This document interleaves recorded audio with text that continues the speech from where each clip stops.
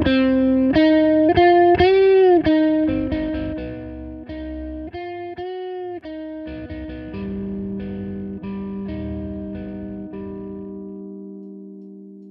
trying to understand the current political moment, and to understand the present, George Santa Anna said, "Don't quote me." Yeah, George Santa Anna is known for a lot of things, but he always gets quoted for one thing. Anyway, I've been reading this book by John Ganz, When the Clock Broke, Con Men, Conspiracists, and How America Cracked Up in the Early 90s. It's essentially a history of how conservatives defined conservatism, and it takes us up to Donald J. Trump.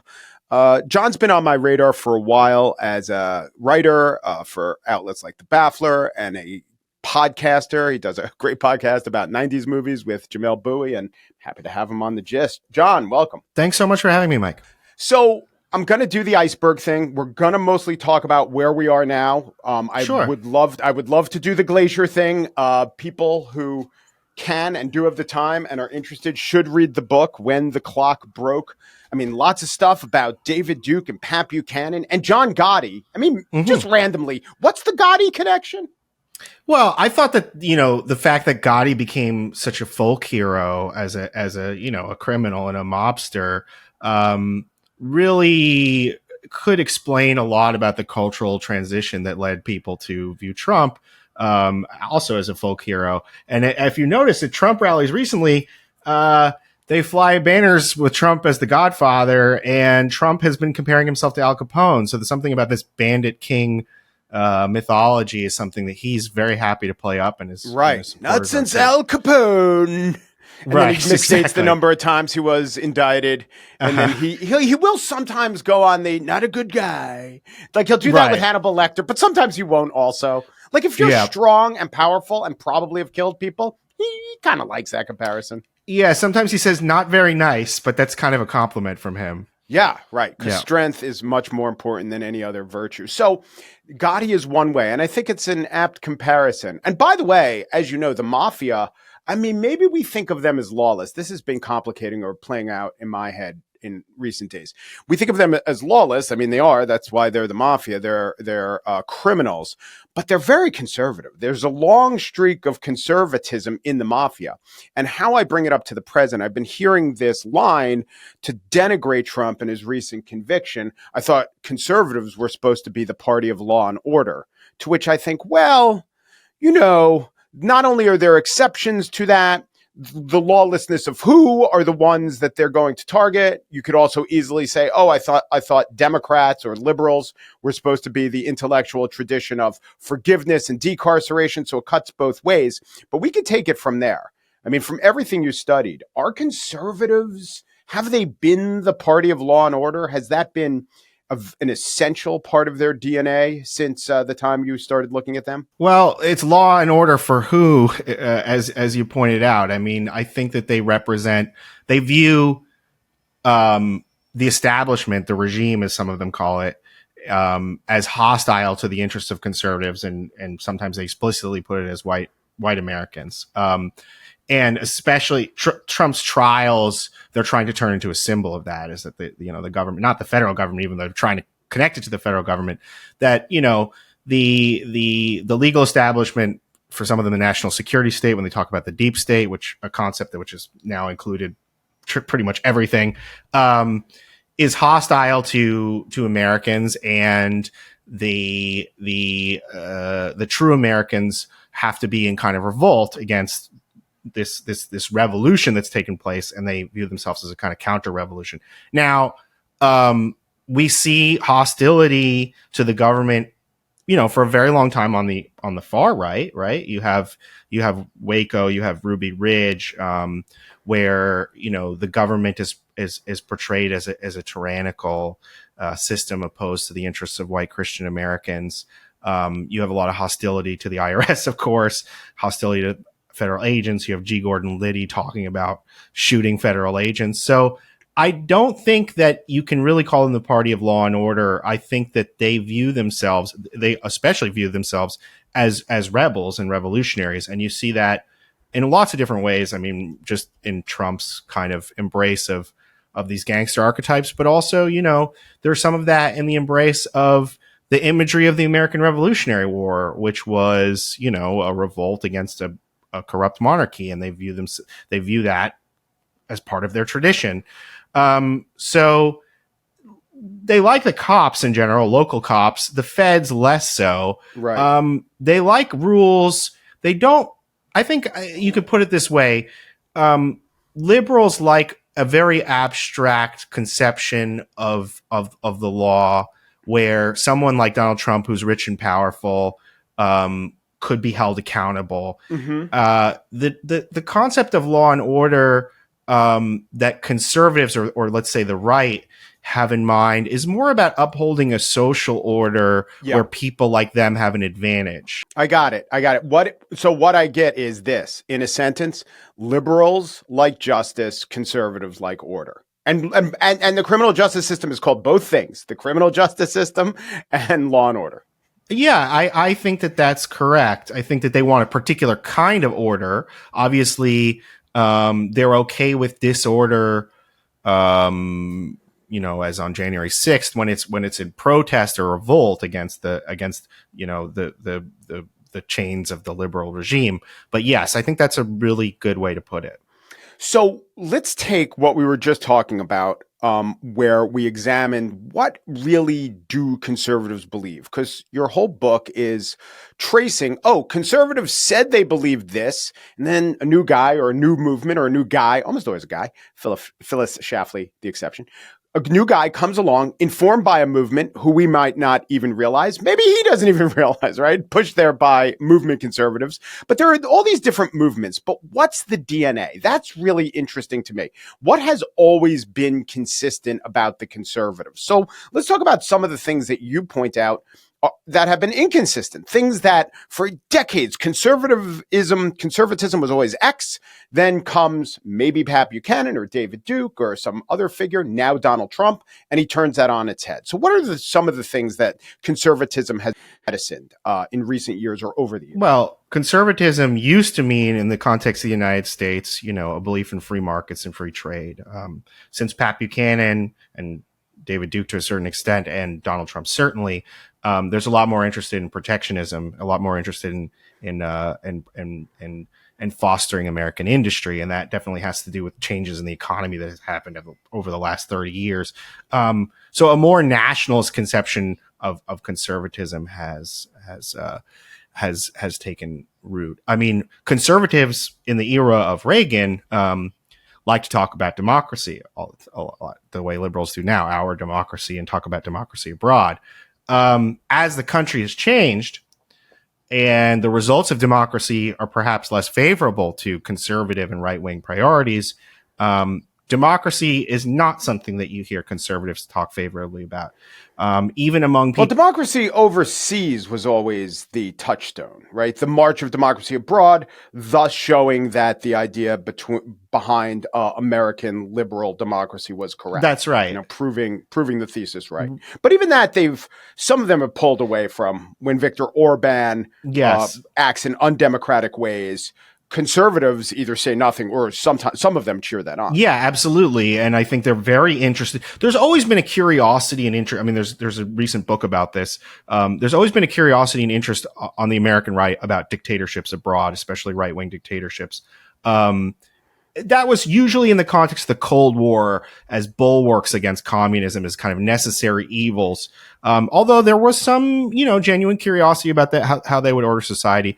I would say now there is, even among people who you would not consider on the extreme right, they like to say things like America is a republic, not a democracy, that, majority rule is not a virtue in itself, that, and I think that the most anti-democratic idea that's kind of nested in the whole right-wing mentality is that some Americans are real Americans and others are kind of not. And you see that throughout Trump's politics. I mean, that's the core. That's what he started with as a political figure, was birtherism, which is a rejection of Obama's citizenship, which is, the symbol that kind of defines all of his politics since. He's attacked. He basically attacked the franchise. I mean, this is my interpretation of the stolen election myth. It's basically not saying no one believes the actual facts of the matter. It's a mythological representation of the fact that right wingers believe that certain Americans aren't really Americans and their votes don't count.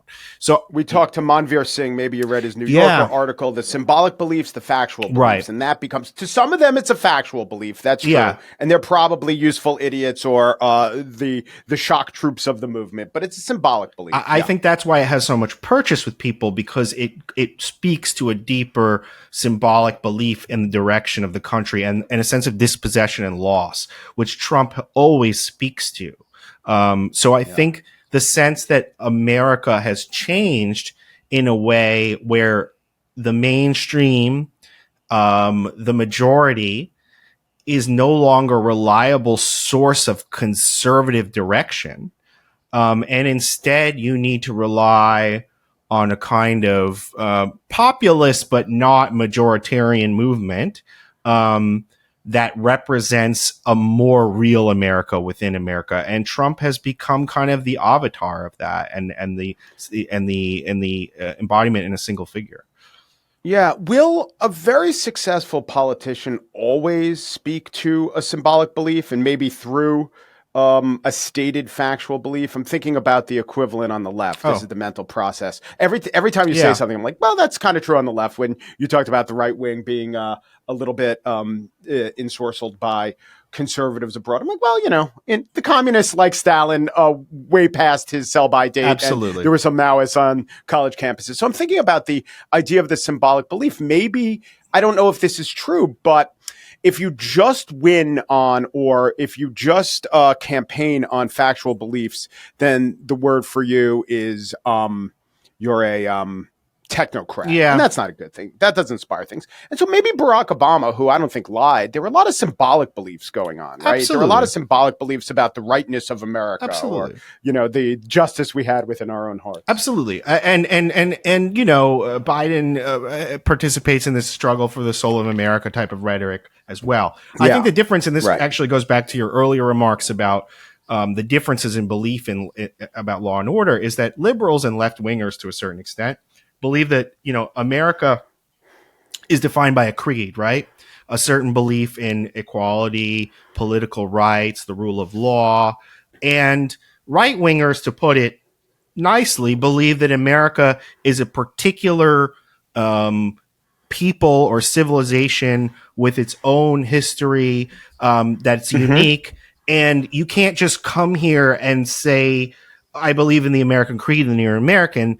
There are people, by virtue of the length they've been in this country, by virtue of their race, however you want to frame it, who are less American and more American. So I think that... Right. So it's not America Stan, right? It's not the country of the American people, but it might as well...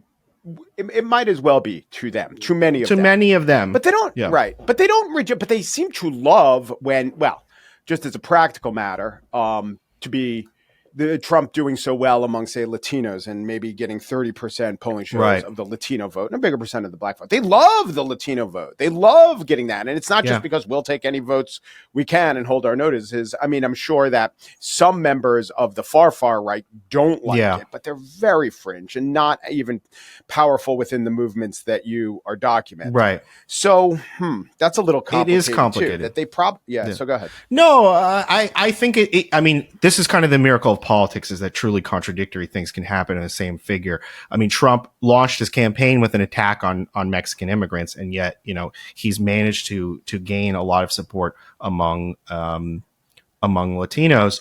And I think, there are a few reasons for that. I think a lot of people, I think Trump is, in a way, liberals don't really understand, as a family values candidate, and he represents the hopes of people who, want to provide for their families, don't care much for, the idea of helping out people who don't work or are not productive in their minds. And I think that, many Americans, regardless of background, share that ideal. I also think if he could, by the way, if he could really deliver on that, I think it would be hard to assail that as a bona fide political project. It's just, my critique is that he can't. Absolutely. I don't think he can either. I think that there's too much chaos and some of the things he promises are just impossible. I also think, Trump represents a certain form of masculinity and patriarchy that's appealing to, people who come from more traditional cultural backgrounds.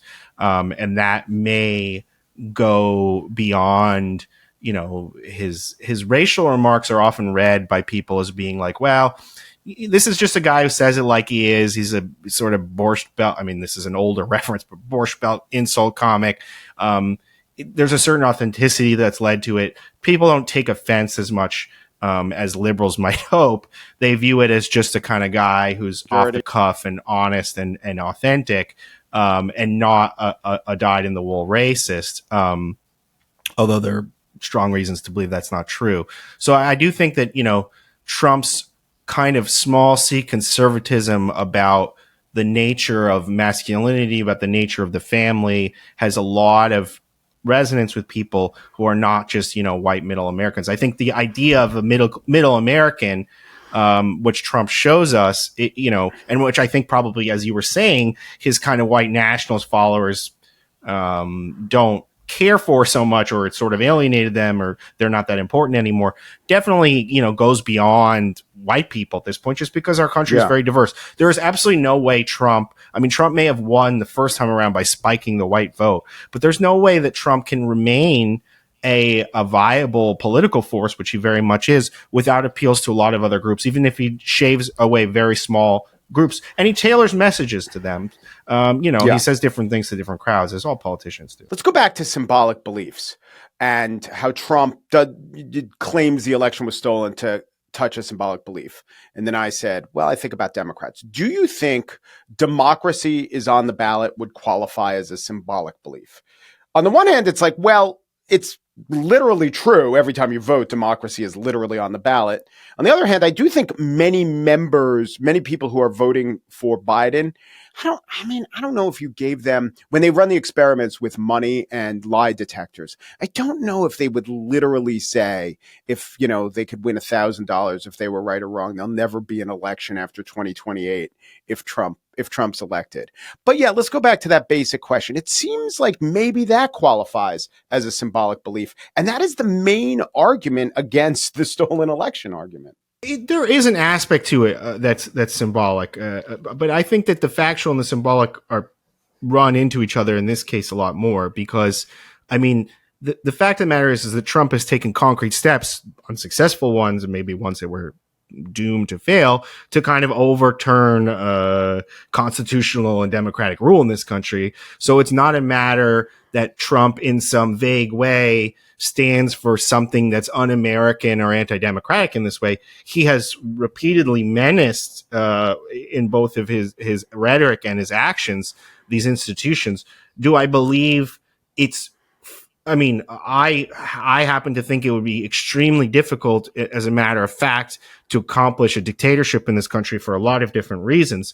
But Trump has clearly has ambitions in that regard, and has tried to make good on them. So I don't quite think it is merely that I think some people on the right want to believe that the Democrats are using the idea of democracy as a kind of ideological cudgel, that they stand for it and Trump doesn't. But I think that you have to look at the facts of the matter, and he has not shown a lot of respect, to say the least, for the actual institutional functioning. He's taken concrete efforts to undermine them, and still seems to be. So I think that in most cases there is something, the factual and the symbolic, to use the distinction here, don't have hard edges. Yeah. No. Also, we're talking about, one is looking back at something that happened, so we could discern it either did or didn't, and with a stolen election it didn't. Right. And the other one is predictive, so there's a lot of leeway. The future is unknowable, and as you said, and I agree with everything you said, there's a lot of evidence that Trump would be bad for democracy, if not the death knell of. Another thing I wanted to go back to, so we were tracing, or I asked you, what are the mainstays of conservatism that we once thought were always going to be there and aren't? You said belief in democracy, and you said free trade. Now, someone would say, was it a bona fide belief in free trade, or was it more a stated belief in free trade, but it was really crony capitalism and conservatives, saying they believed in free trade to line the pockets of themselves and their supporters? Yeah, I think. I mean, well, look, conservatism is a defense of a certain social order. Certain political mechanisms at different times are more efficient at doing those things. So there was a time where free trade seemed to broadly help the class that they wish to see in power, and then that seems to shift, and it also hurt people, a constituency that they want to seek and want to win. Same thing with democracy. In the time of Reagan, Reagan was able to get massive popular victories coming from a conservative approach. So therefore, democracy seems like a tool that's really to the advantage to a certain degree. Not to be overly cynical, all ideological stripes sort of mix and match and switch out tools depending on what are good for their priorities. But I think it's notable that, this is things that the right in the United States used to claim as kind of their principal territory and used to use as ways of, differentiating themselves from the left, who they associated with communist regimes, and and with also with mistaken efforts to kind of create planned economies. They said, no, we believe in these principles that we believe will come up with the results. Also you see this with the right kind of turning on corporate America in a lot of ways. The Republican Party has always been the party of business in the United States, and it still is. There's still a lot of signs that people on Wall Street, people in big business, are really not that worried about a Trump presidency. He's always been pretty good to business. But you see what there's a kind of attack on woke capitalism, as they call it. But was that an attack? Was that a way to get at capitalism, or was it, let's just take their word for it, not the word woke, but their objection to corporations doing what corporations hadn't done before, which is weighing in on social issues and weighing in a way that was the opposite of the Republican agenda? Yes, I think that they always believed that the state was the enemy and civil society was fundamentally conservative, and that when allowed out of state control, the civil society would tend towards conservative results. Then, because of changes in the American public, which happen on many levels, the demographics, the interests of people change. Corporate America starts to look different for a lot of different reasons, both to serve its consumers, to attract people to work there, and also, yes, because the people who are educated in higher education got certain ideas about diversity that Republicans find offensive. So, yeah, I think that you see a turning in the ranks of the conservative movement on the right, where they once viewed the state as their enemy and business, civil society, the private sphere as the upholder of conservative values. That begins to switch, and now they want to use the state as a kind of cudgel, a battering ram, to shape the kind of society that they would like to see. Mm-hmm. And they view this as an emergency. Right. This is not. This is where I think the rhetoric is really interesting and concerning. It's very Flight 92. Exactly. It is. This is, the country is in mortal peril. They need a providential, miraculous figure to kind of declare a state of emergency and return it to a previous dispensation, which is, there are words for these sorts of beliefs, but well, I think the kindest is make America great again, but others are things like revanchism and yes, there's a sense that the country is in deep decline, right, and they're a desperate expedient, breaking the rules. And this goes back to our original conversation about rules and law and order, is required to fix that. So it's so interesting that when I said, what were the strains of conservatism? And you said, and you said it was democracy and it was free trade.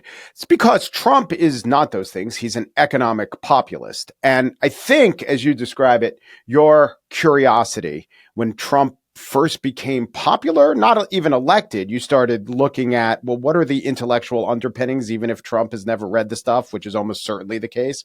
And you found this guy named Murray Rothbard.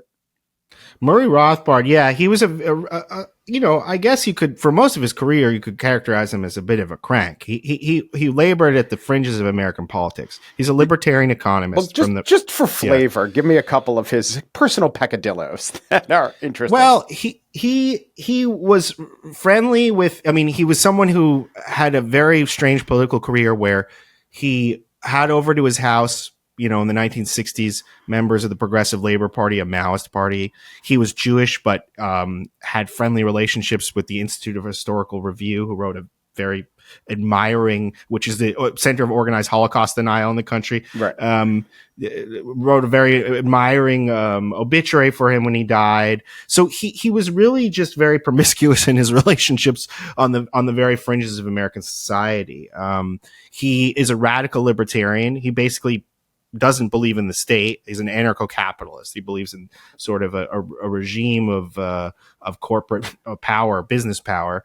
And yet, in the early 1990s, and this is something he's been working on for his entire life, he said the right, as it's been shaped by people like Reagan and Buckley, to being kind of trying to insinuate itself into American liberal ideals about democracy, is a perversion of the real right, which he dates back to the America First movement, to Charles Lindbergh, and the American right has to take what he called a right-wing populist strategy, which is an attack on the elites, which he believed were, if not by name, by practice and by fact, liberals.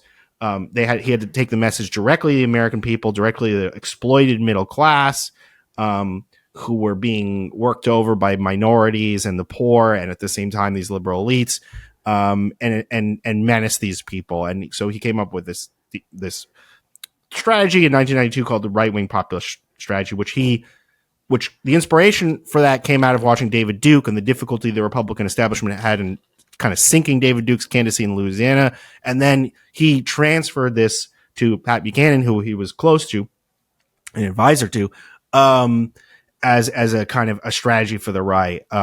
They thought the moderation, he and his cronies thought the moderation represented by George H.W. Bush and Ronald Reagan. Now, for left liberals, we don't think of Ronald Reagan as a moderate. He was a real, but to these people, he was. And a disappointment too. Yeah.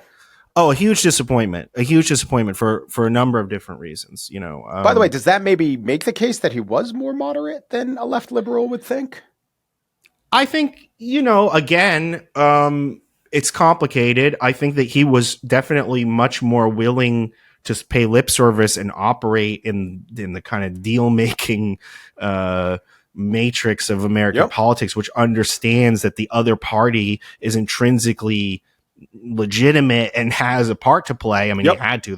He understood that in California. He understood that whenever he talked about getting half the loaf. I think he was a really savvy politician. So absolutely, that speaks to just an inherent moderation. You could have whatever ideology you had. I think Reagan was practical and therefore bound to disappoint the furthest ideologues in his movement. Yes, I think that is absolutely true. He was able to do two things, which was to moderate and to keep, some, but there are times, even early in Reagan's, not in his early in his political career, but when he was running for president in 1980, the real righties that wasn't their first choice. No. They liked, Phil Crane and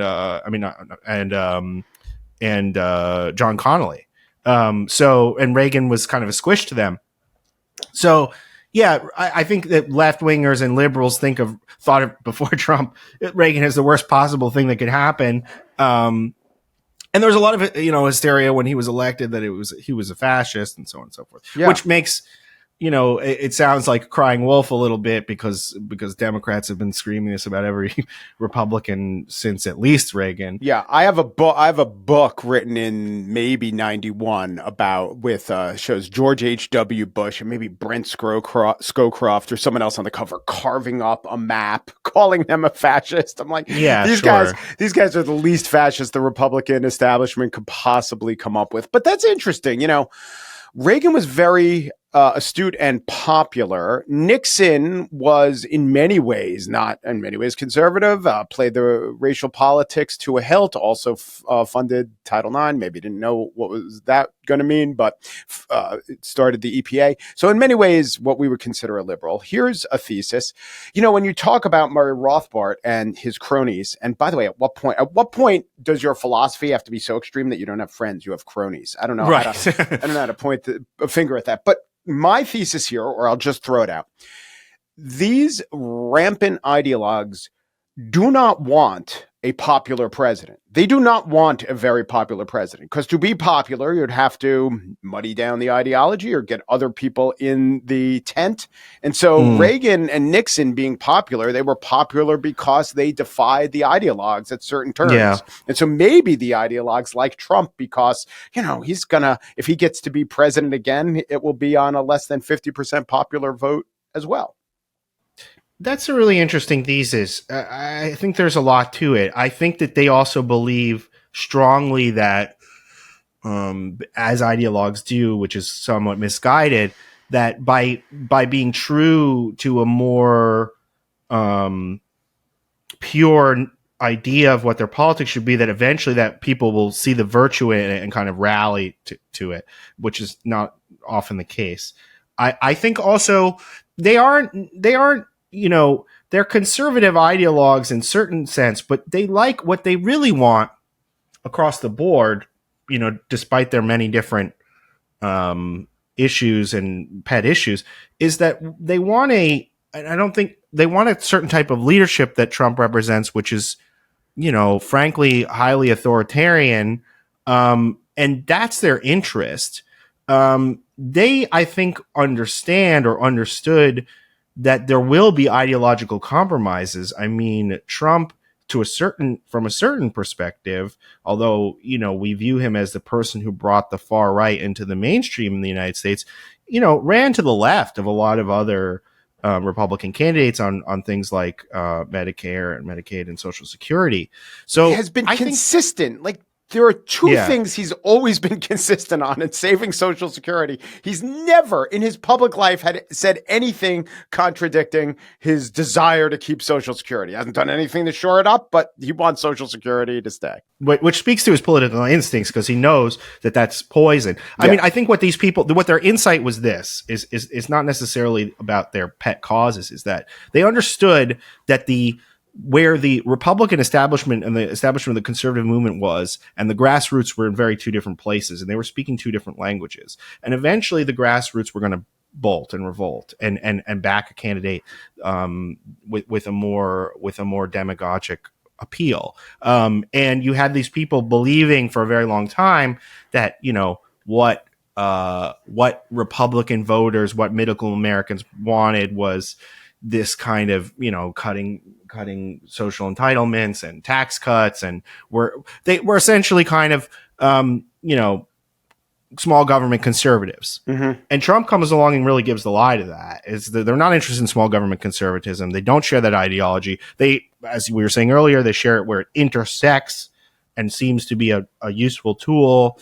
But what I think that the figures that I'm interested in writing about realized was that there was a subterranean force on the American right that was misrecognized by the establishment of the right, and then a figure like Trump sort of shows you what it's really about, which is something much more aggressive, something much more about looking for a leader that embodies a set of vague symbolic values, as we've talked about, then, what they really are interested is in the latest paper that the American Enterprise Institute put out, right?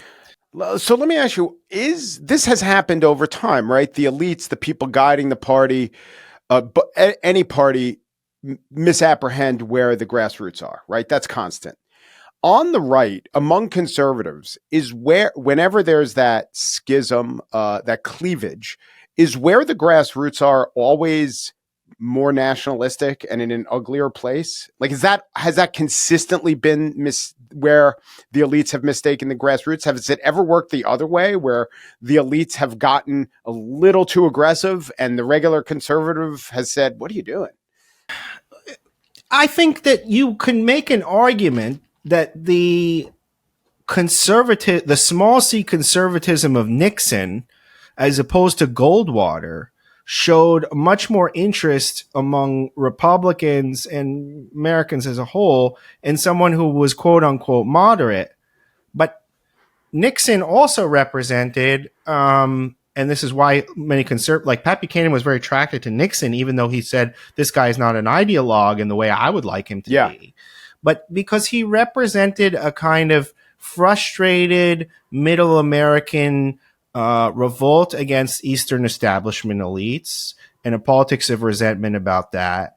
So there was something very reactionary about Nixon, despite his, broad embrace of mid-century liberalism and the kinds of programs that he discussed. Right. Goldwater opposed the Civil Rights Act and Nixon didn't. I mean, he wasn't a champion of anything, but he wouldn't say this was a huge mistake in American history. Goldwater also wanted to strip the government down to a nub and basically, Nixon never did that. He had a very imperial notion of the presidency. So I think what right-wingers, in the broadest sense of the term, not necessarily people who are, members of the conservative movement, but, Americans of a right-leaning bent, what they really want is a president who can use the power of the presidency to pursue the interests of middle Americans. And once that was white middle Americans, now it's a little more complicated than that, and in a muscular way. And I think this is also another difference we talked about differences between conservatives in the past and Trump, is that conservatives in the past, and they still require these institutions, were very big supporters of federalism, of the Supreme Court, of Congress, of all these institutions in American politics that kind of restrain the power of the executive. But Trump, and this changes a little bit with Reagan, and people can see that. But Trump obviously represents a maximalism about the power of the executive in order to reshape the country. And people basically saying we need a maximally powerful executive as a battering ram or a hammer to sort of smash the aspects of liberalism that we hate and don't want. So I think that's another difference from Trump and traditional conservatism, is where the locus of power, they believe should be. Yeah, but whenever conservative or Republican, all the Republicans who've gained office have been conservative, when they get into office, no matter what they said and no matter what they believe, they do. It's very tempting, and they do always expand the nature and powers of the branch. I understand maybe they're saying, well, since I'm the inhabitant of the branch, and I'm conservative, by expanding it against the currently liberal judiciary, currently liberal legislative branch, that I am adhering to conservatism. But that has always been the case, that no matter what conservatives say about lowering the deficit and the powers of the executive, they always expand the powers of the executive, and they always raise the deficit because it's so hard not to. Right. Yeah, that's structurally kind of like, well, how could you not if you're in power? Yeah. But I think that the rhetoric of Trump is not constitutional. I mean, the Constitution is obviously, a symbol that conservatives have a lot of time generating, but it's not constitutional conservatism in the way Ted Cruz would have talked about it, right? Right. It's something but that's more. But John, if Ted Cruz was elected president, what would he do? Oh, absolutely. Yeah. He would maximally use. Of course. But the appeal, I think, where Ted Cruz didn't win the nomination and Donald Trump did, is Donald Trump said, I'm going to whack all these people over the head. And Ted Cruz came with all this nonsense about the Constitution. And I just don't think that people give it as much of a shit as conventional conservatives did about those reasons. They think this guy embodies America. Right. And he's the real Americans. We're the real Americans. He's our champion. We want him to get I'm your retribution, want revenge against these people who have taken our country away. Yeah. I don't think that I think they have a very open embrace of that sort of politics and the mythology of the Constitution, the different institutions. But, Trump tried to ride roughshod over Congress. I mean, it didn't work on January 6th, but tried to, physically intimidate Congress into doing his will. So there's not a lot of institutionalism.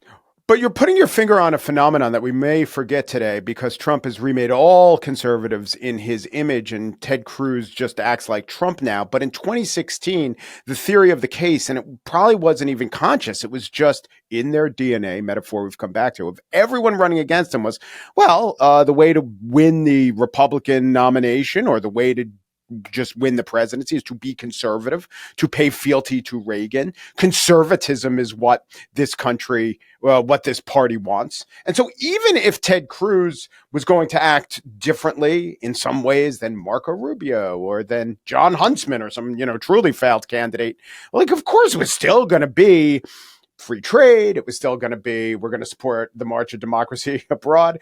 And I think Donald Trump never got the memo. Or maybe I don't know. Do you think he did get the memo? He definitely didn't read Murray Rothbard, but was it all instinctive or was there an actual intellectual underpinning? Maybe Bannon, who was feeding him some of this information about why the old conservatism that had become unmoored from the grassroots was ready to be jettisoned.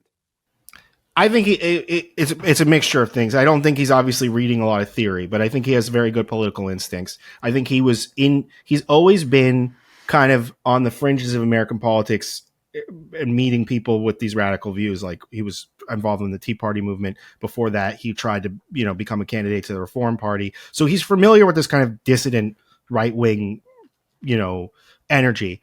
I also think that he knew, I think that he just had a sense that these things, that people were not happy with Republicans, right wingers and Republicans were not happy with Republican leadership and felt disappointed and constantly betrayed by it. That's what the Tea Party was all about. It was about primarying and getting rid of the kind of rhino leadership of the party. So he could see that. It's really interesting that you're saying this is that, in 1992 itself, he goes on Larry King and he doesn't say he likes it, but he observes the candidacies of David Duke and Pat Buchanan, and he says there's a lot of anger out there in the country. And he makes it, he's been watching all these things for a very long time. He doesn't maybe have the power to articulate it in the form of a book, but he is a political creature. He has great deficits as a politician, which we shouldn't underrate, but prevent him from being popular.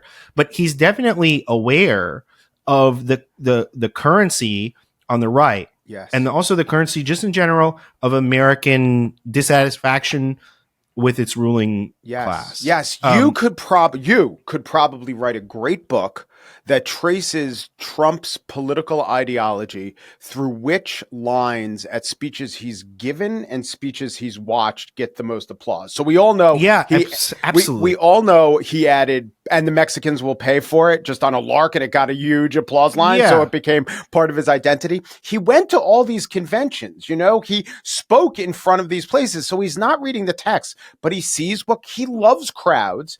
He learned everything. My God, I'm sorry, I'm interrupting myself, but I'm excited by this idea.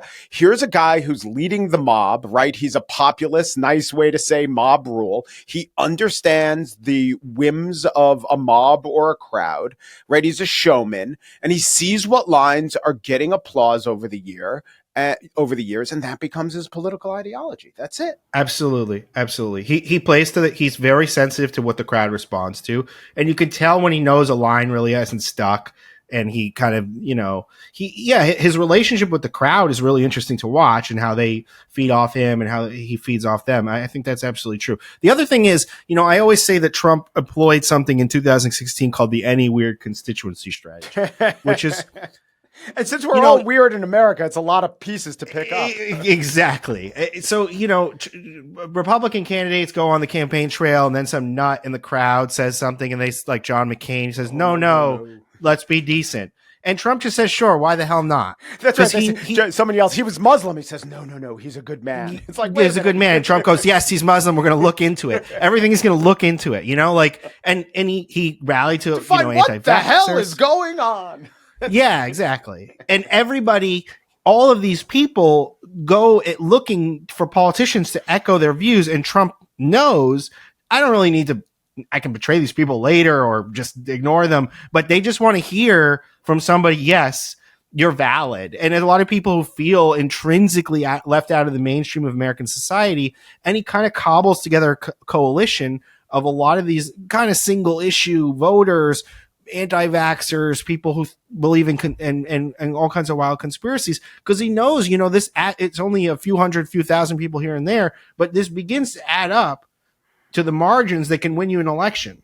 Yeah. So I think that Trump is very especially in margins that tight, right? Especially with a 70,000 vote election. Yeah. So he puts together this basically most people in America, I believe, who feel themselves shunted out of the mainstream in some way, look to Trump as their champion. I mean, Trump is very popular among Hasidic Jews, who are generally pretty conservative, but this is a group of people who, feel uncomfortable with the mainstream of American society. Right. You will always also find a lot of Hasidic Jews in the waiting rooms of chiropractors and alternative medicine people for the same reason, because it's a group of, if you live in Kansas, probably not. If you live in Waco, you probably won't find them in the chiropractor. No. I mean, if you live in New York, yeah, yes. but there's a commonality understood commonality among all sorts of people, even when they seem to have very little in common, of attraction to things that are outside the mainstream because they feel alienated. And so these constituencies speak to each other and are aware of each other. And it is sort of what populism is in a certain way. It's a sense that the what's enforced on us from above is not what's good for us, and we have an alternative vision of the country that we try to live. And the Hasidic Jew example is great because obviously he's not trying to get their vote. New York's not going to vote for him. That's not going to work. It just naturally occurred, and this is a group that consciously lives outside the culture. And most of the groups the culture is now, only a third of the people live inside the culture. So is it the culture? But like running against the culture and liberalism has a great positive effect. If you have the, what do you call it? The any weirdo strategy? Any weird constituency strategy. Okay. So here's the part of the interview where you tell me why I'm wrong. I've seen you write about that every time there's a popular right-wing idea where, say, law and order or crimes out of control becomes a successful talking point, liberals, Democrats respond by saying, even though it's very ugly and the way they phrase it is wrong, they are right. And so it's incumbent on us to increase sentences, and you get the 1994 crime bill. Same thing with Trump. Maybe not so much in 2000, but definitely around the 2022. And this isn't Trump. He didn't run in the midterms, but that idea. And then conservatives or Democrats say, there's a point there. Let's not let them take this issue because we're so committed to ideas of decarceration. I think that Democratic response is not only right politically, but also I did think during those times that there were interventions in crime and policing that needed to happen, and they did happen, and they actually helped bring the crime rate down. But tell me why I'm wrong. I don't think you're entirely wrong. I would say this. Obviously, when you're aware that there is a constituency that finds or a large amount of the country that finds your position on something to be unacceptable or wrongheaded, you have to moderate and try to come up with your own story about it. So obviously that's just part of politics. It's unavoidable that, these are going to represent actual concerns people have. They may be demagogically ginned up. I think the danger is, look, politics is politics. That's going to happen, especially in a national presidential election. Candidates are going to seek a middle ground. So I'm not going to say, a Democratic candidate needs to follow all my beliefs as a kind of, New York social democrat socialist. I think that would be a recipe for political suicide. I know that I represent a fairly small minority of people in this country. I think on some issues, people actually would agree with me if they understood healthcare and other things. I do think that here's the danger, though. It's not so much that the fact is that they can permanently alter the terrain of politics. So things that were once extreme and once we would say that is something that we would like to see relegated to the fringes, they become part of the political field.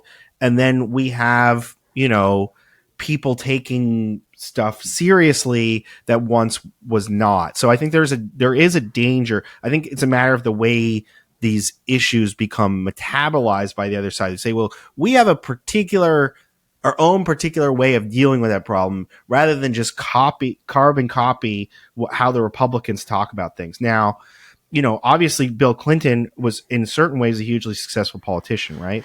Because he copied or he said, certain things that the Republicans have said are fait accompli in this country. And, I'm going to continue that legacy because they seem to be popular. And I think that actually did a lot of damage to the economy of this country and people's everyday lives. And second of all, I think it also pulled the party so far to the right that that had the effect of pulling the Republicans to the right. So I think you just have to be aware of how you're shaping the terrain, right? So if you move rightwards, the Republicans are going to not move leftwards. They're going to if both parties are moving consistently rightwards, the country's moving consistently rightwards. Yeah. And I think, it's very dangerous to continually move that direction because it's not going to diffuse or end the extremists out there. They're going to just keep on pushing rightwards. So I think you have to make sure that there is a viable left wing just to prevent the country from moving into the extreme right. Right, but so I would say the viable left wing is to say sensible things that appeal to people. That I think comports with viability. You don't say lies, but meet them where they are. I think that's true, and I think and offer solutions that improve their lives. That's. I think that I agree with you. I do think that for me and for a lot of Americans who like him very much, Bernie Sanders represents it was a self-declared socialist, but I don't think I think most Americans view him as a relatively reasonable member of the political class and not as a fringe Looney Tunes. I mean, Trump likes to call him Crazy Bernie, but his ideas resonate with people, and I think that they're right. I think there is a way in which, and he has done this quite well, where he can sound quite moderate or quite commonsensical and still stay loyal to a fundamentally left-wing socialist way of viewing the country in a way that it differentiates him from, say, someone like, and I know left-wing friends are not going to like me say this, Jeremy Corbyn, who seems to come out of like a really subcultural lefty milieu, right? Who's like, I thought you were going to say Jamal Bowman or something that could affect an election. but just someone who's like, there's the left as a subculture. There's a left as a subculture, and some left-wingers only want candidates who look like a reflection of the left-wing subculture. Yes. Which is, anti-establishment. And then there are people who realize, well, we need to work within, the confines of institutional power in order to get our ideas across. And Bernie is that guy. I mean, he's a Senate, unlike even I, who am very skeptical of the power of the Senate. He understands his role in the Senate as saying he didn't want to get rid of the filibuster because he's like, I represent a minority dissident view in American politics. The Senate's power that it gives to an individual senator is an important, thing that I have as a dissident member of Congress, in the same way that, in a certain way, at one time, Rand Paul was a dissident member of Congress, but is now just like any other Republican in a certain way. I think that's a model that I find appealing. I don't know the next generation has the same tools or the same vocabulary, but yeah, I do think that they're in the course of a campaign, in the course of shaping a political message. Awareness of where the country's at on various issues is really important. Obviously, you know, some things Obama said when he ran sound terribly conservative now, but to liberals, and it's against gay marriage. Yeah, exactly. So I understand the realities of politics, but also also have to think about what your role is, you know, my job is not to help Democrats win elections necessarily, you know, and to support them to the hilt every time. It's to provide a critical perspective on the country's politics and where I think they should go. Politicians, insofar, I don't think a single one listens to me, but, you know, I'm not trying to shape a successful winning message for the Democrats. First of all, I'm just trying to reflect on what the nature of the political and social situation of the country is. And then the second of all is, well, I think this is what would make it a better country. Now, that may be a minority view still. I'm disappointed when candidates don't hold my views about things. Obviously, I don't know if we want to get into this, but I was highly disappointed with, you know, certain parts of Biden's foreign policy, let's say, and find it depressing. But you know, I cannot control those things. I can make my voice heard in whatever way I can. I understand that certain types of moderation are going to be part of the formula of a winning candidate. On the other hand, there's a point at which that becomes self-defeating and you just become what you said you were trying to defeat. That's my only point in that regard, is that you have to be careful exactly how far you're going. I think that Bill Clinton, who I think many Democrats view with nostalgia still as a very successful politician, pulled the country far too much to the right and created a lot of the space for Republicans to go as crazy as they have. Last question. You've been very generous with your time. Thank you so much for that. Of course. My pleasure. But riddle me this, Ganz, man. I'm not going to ask you what does the future hold. I'll ask you a specific version of that question, which is, from your studying of the past, when there is this cleavage between where the elites running a party were and where the grassroots was, and then some figure comes along and understands the grassroots, Trump being the one we're talking about, how does it usually end? Is the thing that stops it, if something stops it, that the party in question that he takes over, he burns everyone out, he understood where the grassroots were at one time, but they're not there anymore? So is he self-defeating, or is it more the case that a rival makes a better case? I don't think Trump, there is no rival to Trump in the Republican Party as long as he's alive and not. I meant a rival from outside the party. If his opponent articulates a better case that appeals to more people. You mean the Democratic rival or a third party? Or? Yeah, no, I think the Democrat is. But you tell me how history usually works. I think that it's very likely that Trump, in one way or another, will fizzle or self-destruct, and he will not accomplish a Fourth Reich in the United States. His movement is likely to do a ton of damage, and it won't entirely fade when he somehow leaves the political scene, but it will be a setback for him since they're so wrapped up in his cult of personality.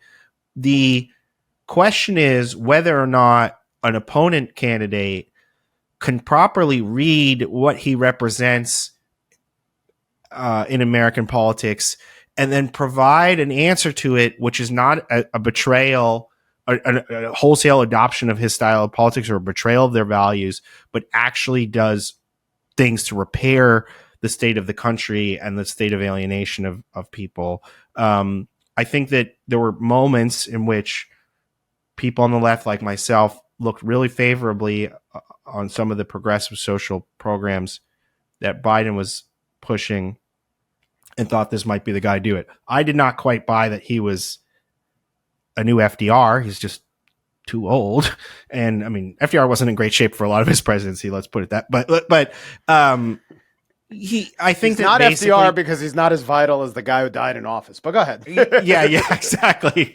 But yeah, I think that, you know, there's a lack of positive vision, which you know, the risk of running against Trump as a threat to the country when not having your own affirmative vision of what you would like to see happen, I think, has its own risks. Obviously, FDR ran and with a very bold statement, vision about improving the country that differentiated himself from the right. And I think, a big reason why there were flickers of it, but there wasn't a big fascist threat in the United States, was just because, FDR basically answered all the problems without having to resort to those ugly politics. Now, I mean, this might sound juvenile in a certain sense, but I do believe that before we require a politician of that talent, I mean, that's very rare, charisma and vision, and flexibility, frankly, because he was also pragmatic, which Obama had features of, but Obama was still too much of a creature of the economic and intellectual consensus of the previous age and did not make, I think, the radical changes that need to be made when they were.